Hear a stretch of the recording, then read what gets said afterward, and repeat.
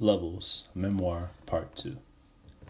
Life is like a game. If we break our life into different chapters, we see different levels, obstacles that we have surpassed.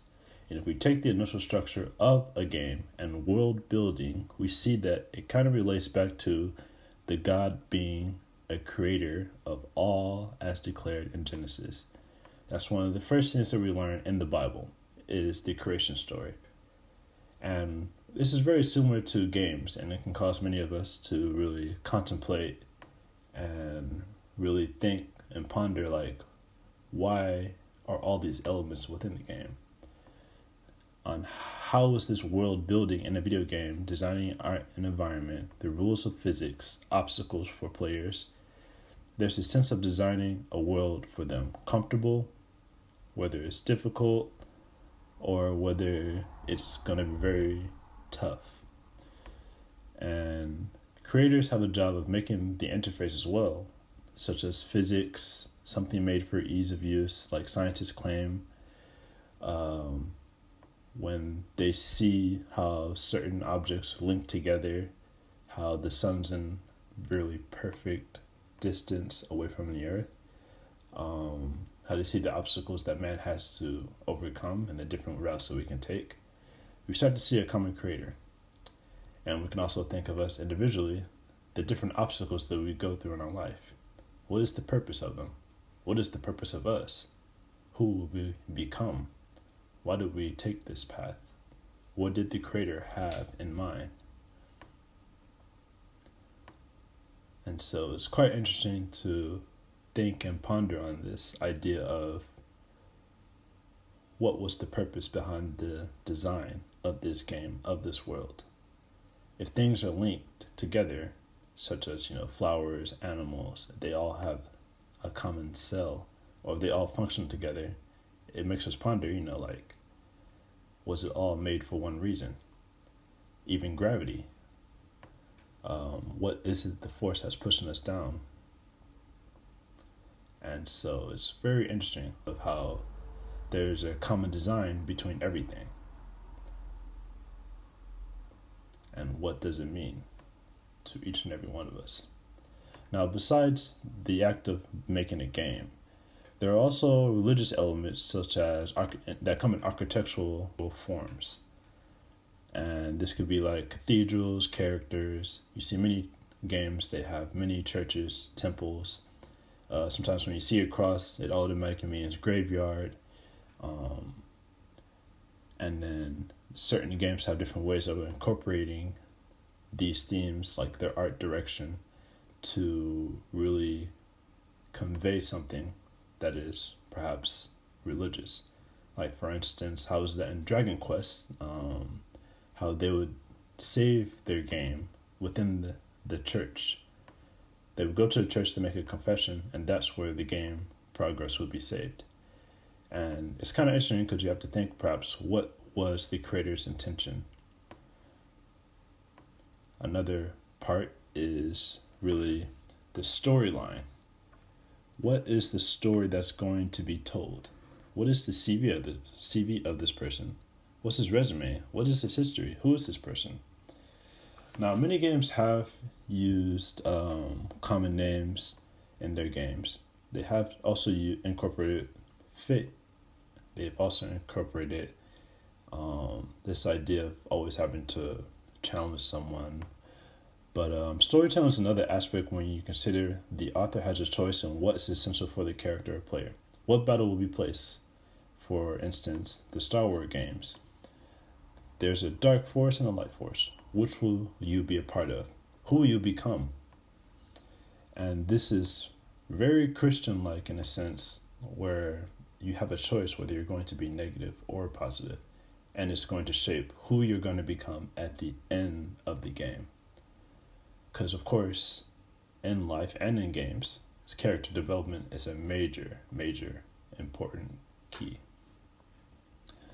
Narnia, for instance, has many elements that talk about prophecy being fulfilled. It goes back to Christ's sacrifice, even the use of the son of Adam and the son of Eve.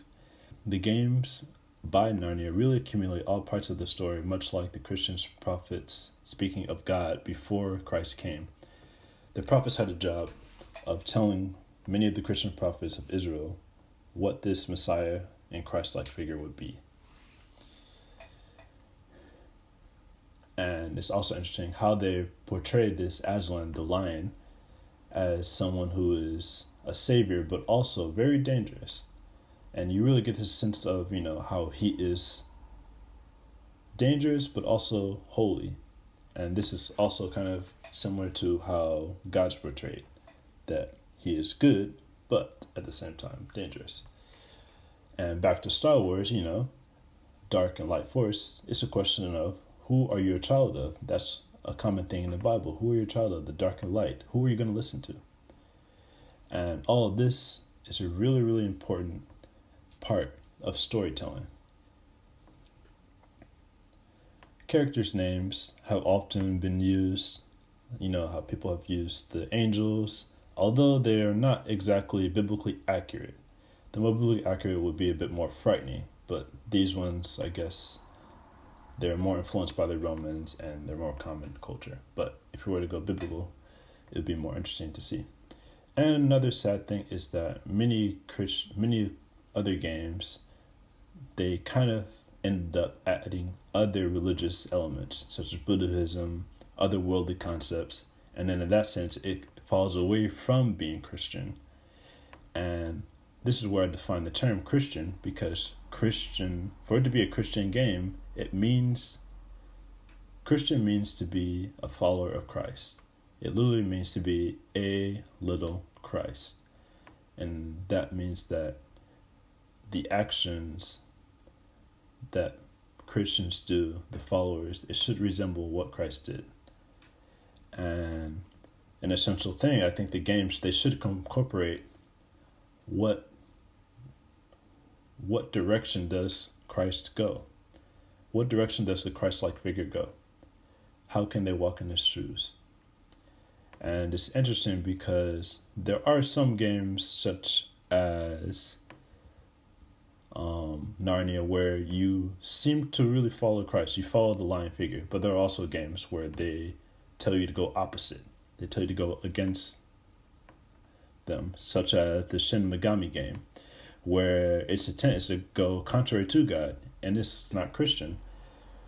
But games like this can cause you to question, who is Christ? What is this? And that's why I feel like it's really important in determining whether these are Christian games.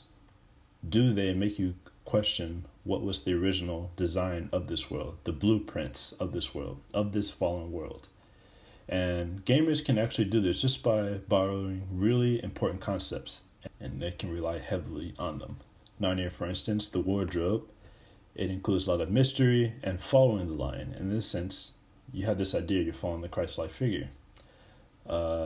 And Shingami, its intent is contrary to God. You don't want to listen to God. In the end, you end up defeating the God. And that's why I say it's unchristian, because you end up listening to the other side, the evil satanic character in the game Shin Megami. And we all have to think about this idea of consecration, which means to avoid things that are contaminating to one's relationship with the eternal figure. Kind of similar to Spider-Man when he's ripping off the venom in the last Spider-Man 3 movie with Tobey Maguire. He's ripping off the venom. He's ripping out a part of himself that was vile. And in that sense, after that, he can have a more closer connection and remember who he was. And this can be similar to Christians when they're trying to destroy anything that's destroying their connections with God. Because having a vital connection with God is important. And so this is something that can be incorporated in many of the games. And such as the Star Wars games, light force versus the dark force. Which one? Do you have a compass? Can you decide which one you'll be? And Star Wars, for the most part, put this into actual play, what the Bible teaches. And that's really what's interesting, because the Bible can say this and that, but how can we live it out? How can we actually put it into practical terms? And that's where I think games really play an important role in the Christian's life. and deciding how far we're going to go, what's the next step, and what does it mean to live it out. What's the application? And that's why I think games should really have a way of propelling us to really search for the answers. And that's where I really determine whether games are Christian. Because there has to be a sense of, what is this church that they talk about? And that's what I'll talk about in the next video, is what does this mean for the church in the 21st century? Where we have all this 3D stuff, how people are being led by their heart, we have doctrines, we have many other things. And the next video I would like to get into, what are pastors and evangelists doing?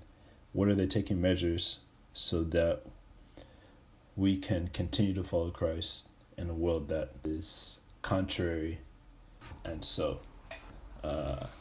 stay tuned for